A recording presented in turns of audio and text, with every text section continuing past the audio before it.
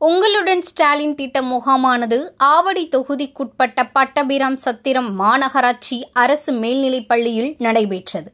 இதனை சிறுபான்மையினர் நலன் மற்றும் வெளிநாடு வாழ் தமிழர் நலத்துறை அமைச்சர் சாமு நாசர் அவர்கள் தொடங்கி வைத்து ஆய்வு மேற்கொண்டார். இந்த முகாமில் பொதுப்பணித்துறை, வருவாய்த்துறை, மருத்துவத்துறை, மின்சாரத்துறை என பல்வேறு வகையான துறைகள் இடம்பெற்று இருந்தன.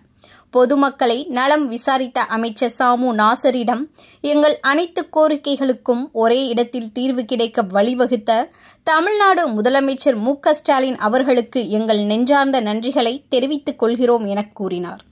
இந்நிகழ்ச்சியில் ஆவடி மாநகராட்சி மேயர் உதயகுமார், சன் பிரகாஷ், பொன் விஜயன், மண்டல தலைவர் அம்மு, பொன் விஜயன் ஆகியோர் உடன் இருந்தனர்.